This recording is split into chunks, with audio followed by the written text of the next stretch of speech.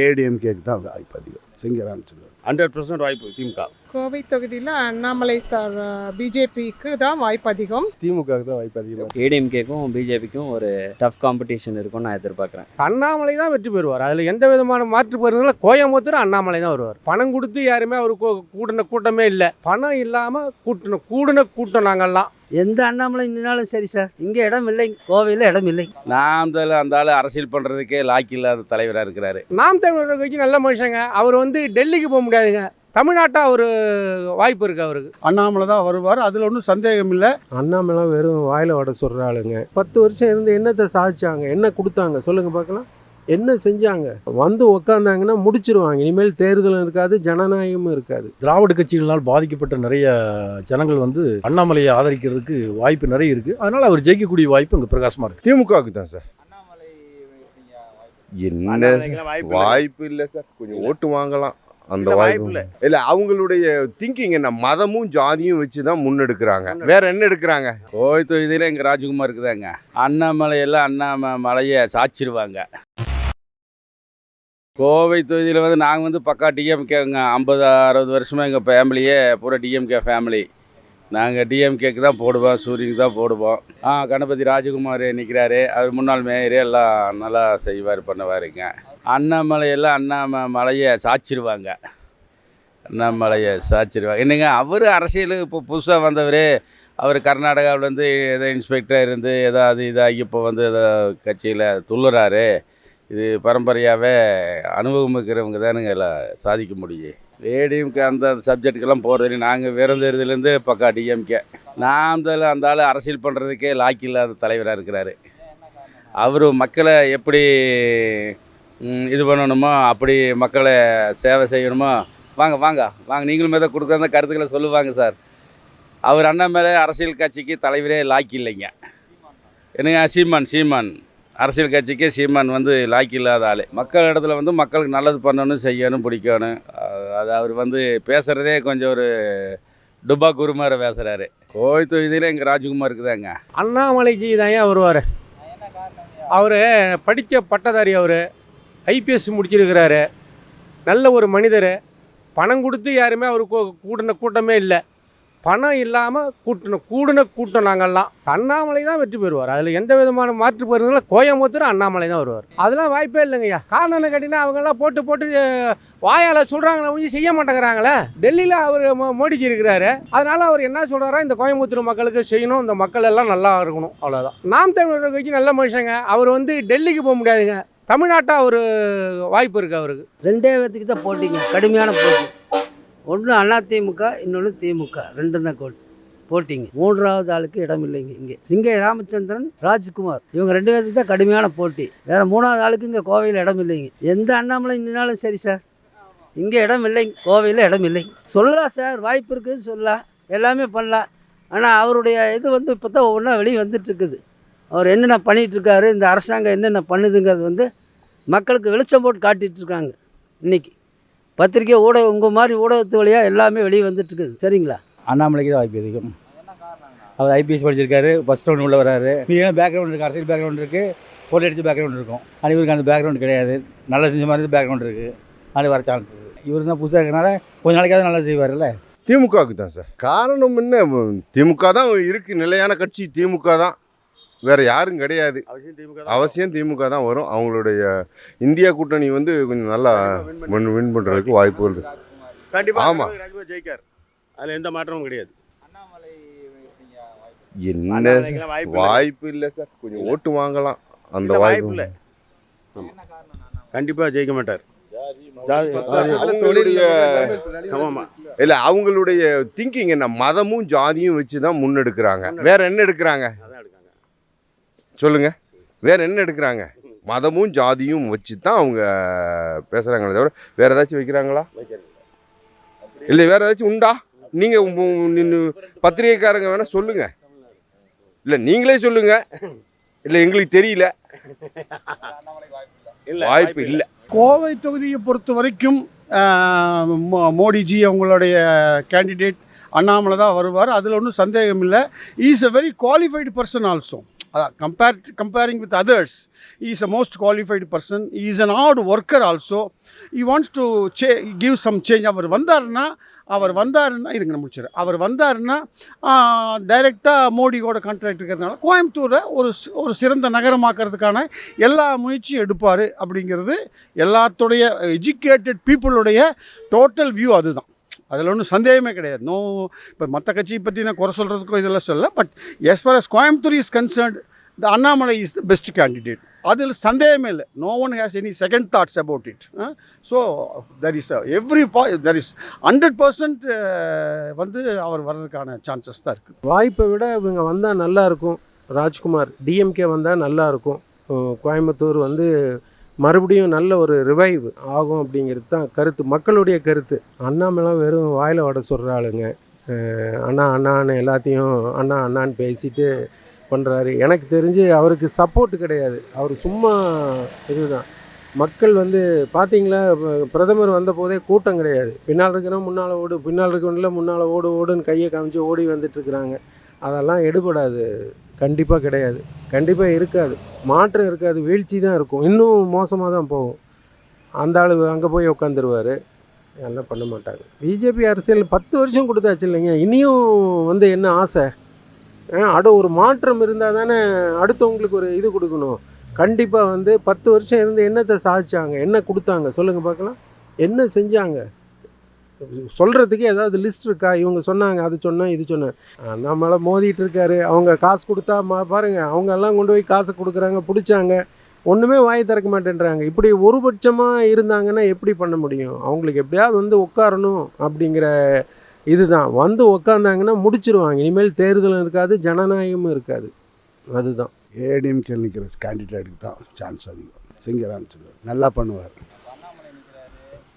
அது waste, economical waste. அவர் சும்மா பேசிட்டு தான் திருறாரு தவிர வாயளவு தான், வேறு எதுவும் செய்கிறது இல்லை. மற்றவங்களை பற்றி குறை சொல்கிறாரே தவிர நல்லபடியாக செய்வாங்கிறது ஒரு உறுதி கிடையாது. அது இங்கே தமிழ்நாட்டில் எடுபடாது. அதெல்லாம் ஓட்டை பிரிக்கிறது தான் வேஸ்ட்டு தான். ஏடிஎம்கேக்கு தான் வாய்ப்பு அதிகம். இங்கே முதல்ல திராவிட கட்சிகள் எல்லாம் வந்து இருந்தது. அதில் ஏடிஎம்கே முதல்ல ஜெயிச்சிட்டு இருந்தது. இப்போ வந்து கம்யூனிஸ்ட்டு இது காங்கிரஸுக்கெல்லாம் வந்து அவங்களுக்கு நம்பிக்கை இல்லாதனால இப்போ டிஎம்கே வந்து கேண்டிடேட் நிப்பாட்டிக்கிறாங்க. ஆனால் இப்போ வந்து 3வது வரும் அப்படின்னு சொன்ன அண்ணாமலை வந்து பிஜேபியில் நிற்கிறாரு. இங்கே உள்ள கோயம்புத்தூர் மக்கள் வந்து அவர்களுக்கு வந்து 90% நல்ல செல்வாக்கு இருக்குது. கண்டிப்பாக அவர் ஜெயிக்கக்கூடிய வாய்ப்பு நிறைய இருக்குது. தொழில் முனைவோர், ஸ்டூடெண்ட்ஸு, புது வாக்காளர்கள், நிறைய திராவிட கட்சிகளால் பாதிக்கப்பட்ட நிறைய ஜனங்கள் வந்து அண்ணாமலையை ஆதரிக்கிறதுக்கு வாய்ப்பு நிறைய இருக்குது. அதனால் அவர் ஜெயிக்கக்கூடிய வாய்ப்பு இங்கே பிரகாசமாக இருக்குது. திமுக தான் வாய்ப்பு, 100% வாய்ப்பு. திமுக கேரண்டியாக திமுக வருது. திமுகவுக்கு தான் வாய்ப்பு அதிகமாக. தொழில் வந்து 10 வருஷத்தில் நலிவடைஞ்சு போச்சு. ஜிஎஸ்டினால எல்லாமே பாதிப்பாக இருக்குது. ஸோ அதனால் வந்து திமுக தான் ஆட்சி வரணும், காங்கிரஸ் மேலே வரணும். 10 வருஷத்தில் எதுவுமே நல்லது பண்ணியிருந்தால் அண்ணாமலைக்கு ஓட்டு போட போகிறாங்க. 10 வருஷம் எதுவும் பண்ணாதனால தான் திமுக ஓட்டு போடுறாங்க. வாய்ப்பு இல்லை. வாய்ப்பு எங்கள் திமுக வந்து மேலே சென்ட்ரலில் காங்கிரஸ் வந்துச்சுன்னா எல்லாமே செலவு பிஸ்னஸ் பழைய மாதிரி ஆடலாம். ஸோ அதனால் வந்து திமுக ஜெயிக்கணும். கோவை தொகுதியில் அண்ணாமலை சார் பிஜேபிக்கு தான் வாய்ப்பு அதிகம். யார் அதிகமாக கோவை தொகுதியை டெவலப் பண்ணணுன்னு நினைக்கிறாங்களோ அவங்களுக்கு கண்டிப்பாக மக்களினுடைய சப்போர்ட் இருக்கும். இப்போ இருக்கிற இந்த யங்ஸ்டர்ஸ் இதில் வந்து அவர் எல்லாமே அப்டேட் பண்ணுவேன்னு சொல்கிறாரு. கண்டிப்பாக ஏதாவது ஒரு புதிய மாற்றம் வேணும். இந்த 10 வருஷம் இல்லை 40 வருஷம் ஆட்சியில் எவ்வளோ டெவலப் ஆகிருக்கு அப்படிங்கிறது மக்களுக்கு தெரியும். இப்போ இனிமே வர டெவலப்மெண்ட் வந்து ரொம்ப முக்கியம். ஸோ அண்ணாமலை சார் வந்தார்னா கண்டிப்பாக எல்லாம் நடத்துவார் அப்படிங்கிற ஒரு ஃபுல் நம்பிக்கை இருக்குது. அண்ணாமலை சார்கிட்ட வாய்ப்பு அதிகமாக இருக்குது. கோவை தொகுதியில் பார்த்திங்கன்னா இது ஏடிஎம்கேயோட கோட்டைன்னு சொல்லுவாங்க. இருந்தாலும் இந்த தடவை அண்ணாமலை பிஜேபியோட தலைவர் நிற்கிறனால ஏடிஎம்கேக்கும் பிஜேபிக்கும் ஒரு டஃப் காம்படிஷன் இருக்கும்னு நான் எதிர்பார்க்குறேன். அண்ணாமலைக்கு ஒரு வாய்ஸ் இருக்கனால அவர் வரக்கு வாய்ப்புகள் அதிகம். இருந்தாலும் ஏடிஎம்கே விட மாட்டாங்கன்னு நான் எதிர்பார்க்குறேன். இல்லை, டிஎம்கேவோட செயல்பாட்டில் மக்கள்லாம் ஹாப்பியாக இல்லை. ஸோ அதனால் அதோட அதிருப்தி வந்து இந்த எலெக்ஷனில் ரிஃப்ளெக்ட் ஆகும்னு நான் எதிர்பார்க்குறேன். நாம் தமிழர் கட்சி அந்தளவுக்கு இந்த தேர்தலை சந்திக்கிற அளவுக்கு வளரலன்னு நான் நினைக்கிறேன். வாய்ப்பு அதிகங்களா? நான் தான் ஆரம்பத்திலே சொன்னேனே, ஏடிஎம்கேக்கும் பிஜேபிக்கும் இருக்கிற யார் வேணாலும் ஜெயிக்கலான்ற நான் நினைக்கிறேன். Annamalai good candidate. அவர் வந்தாருன்னா கோயம்புத்தூர் நல்ல டெவலப்மெண்ட் ஆகும். இன்ஃப்ராஸ்ட்ரக்சர்ஸ் எஸ்பெஷலி ஏர்போர்ட்டு, ரயில்வே இருக்குங்கள, ரயில்வே மற்றும் அது இண்டஸ்ட்ரீஸ் பீப்புக்கெல்லாம் ரொம்ப இது பண்ணுறேன்னு இருக்காரு. அவர் வந்தாருன்னா கோயம்புத்தூர் இன்னும் அடுத்த லெவலுக்கு போகும், அது சந்தேகமே இல்லை. அதனால் we are supporting Annamalai for the development of the Coimbatore. Especially ஏடிஎம்கேல கேண்டிடேட் அவங்கெல்லாம் வந்து இது நாள் என்ன பண்ணாங்க கோயம்புத்தூருக்கு? கோயம்புத்தூர் வந்து அட் ப்ரெசென்ட் ஒர்ஸ்ட் கண்டிஷனில் இருக்குது. இன்ஃப்ராஸ்ட்ரக்சர், இந்த ரோடு இதெல்லாம் வந்து கோயம்புத்தூரில் எங்கள் ஏரியாவில் வந்து பாருங்கள், ரோடெல்லாம் 3 வருஷம் ஒரு ஒர்க்கும் பண்ணல. அதனால் இன்ஃப்ராஸ்ட்ரக்சர் ரொம்ப மோசமாக இருக்குது. லாஸ்ட் 3 இயர்ஸாக டிச்சு கிச்சல் இதெல்லாம் பார்த்தாலும் எல்லாம் ரொம்ப மோசமாக இருக்குது. அதனால் அட்லீஸ்ட் இவர் வந்தாருன்னா ஒரு சேஞ்ச் இருக்குன்னு மக்கள் எல்லாருமே எதிர்பார்க்குறாங்க. வாய்ப்புன்னு சொல்ல முடியாது. எல்லாரும் சொல்கிறவங்க வந்து அண்ணாமலைக்கு போடுங்க, ஒரு வித்தியாசமாக இருக்கிறது தான் பேசுகிறாங்க. ஒரு மாற்றம் ஏற்படும்னு நினைக்கிறாங்க. பேசுகிற ஃப்ரெண்ட்ஸு சர்க்கிளில் அப்படி தான் பேசுகிறாங்க. ஆனால் இது எதையும் ஜட்ஜ் பண்ண முடியாது. அப்படியே நம்மளுக்கு அரசியலே தெரியாது. பேசுகிறப்ப தான் இப்போ நடந்து வர பேசிட்டு போகிறாங்க, அதுதான் இருக்குது. என்னுடைய கருத்து, அண்ணாமலை நல்ல கேண்டிடேட்டு. அவர் வந்து ஹார்ட் ஒர்க் பண்ணிகிட்ருக்காரு, நல்ல இது பண்ணிகிட்ருக்காரு. ஆனால் வந்து அவருக்குன்னு வந்து தனிப்பட்ட முறையில் வந்து பெருசாக ஒரு பேக்ரவுண்ட் எதுவும் இல்லை, கட்சியை வச்சு தான். ஆனால் கோயம்புத்தூரில் வந்து இந்த ராஜ்குமார் வந்து ஒரு ஆரம்பத்தில் மேயராக இருந்திருக்காரு, ரொம்ப ஒரு வருஷமாக இதெல்லாம் பண்ணிகிட்டு இருந்திருக்காரு. இருந்தாலும் வாய்ப்பு வந்து அண்ணாமலைக்கு தான் ஜாஸ்தி இருக்குது பரவலாக பார்த்தா.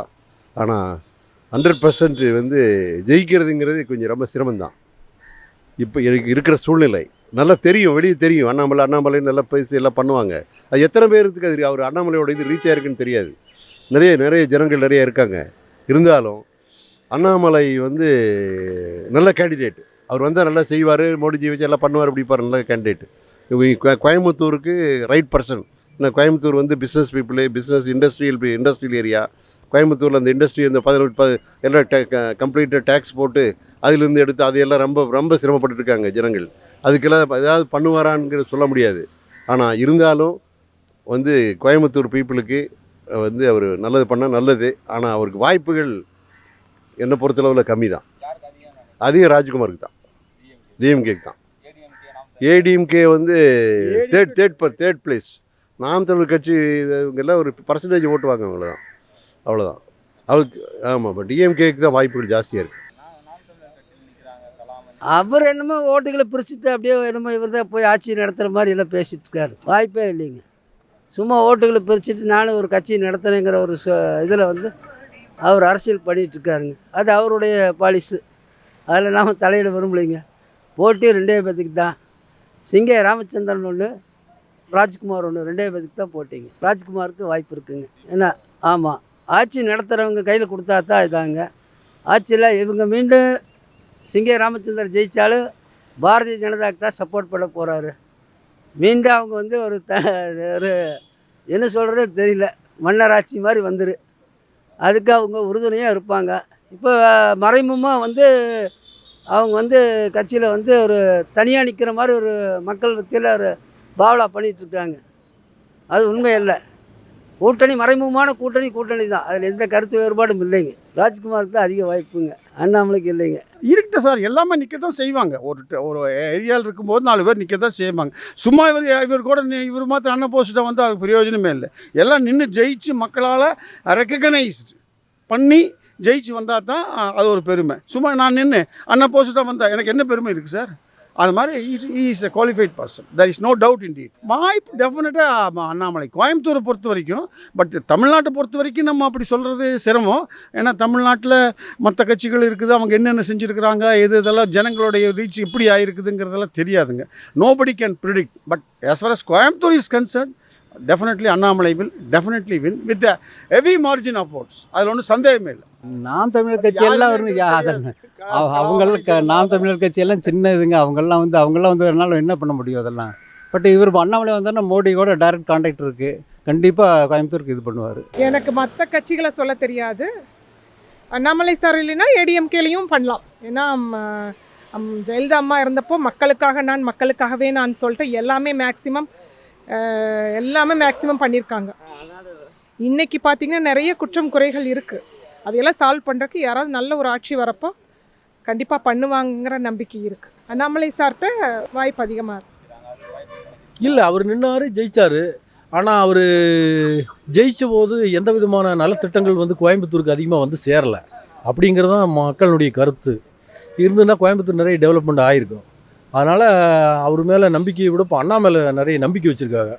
அதனால் அண்ணாமலை ஜெயிச்சு வர்றதுக்கு நிறைய வாய்ப்புகள் இருக்குது. அவர் வந்தால் சென்ட்ரல்லேருந்து ஒரு மினிஸ்டர் வாய்ப்பு நிறைய இருக்குது. மினிஸ்டர் கிடச்சுன்னா பக்கத்தில் இருக்கிற தொகுதி ஊட்டியில் ஆல்ரெடி எல்முருகன் வந்து மினிஸ்டராக இருக்காங்க. இப்போ கோயம்புத்தூர் ஒரு மினிஸ்டராக இருக்கும்போது இந்த பகுதி வந்து நல்ல முன்னேற்றத்துக்கான வாய்ப்பு இருக்குதுங்கிறத கோயம்புத்தூர் மக்கள் வந்து நல்லா புரிஞ்சு வச்சுருக்காங்க. திமுகவுக்கு தான், டிஎம்கேக்கு தான் வாய்ப்புகள் அதிகம்.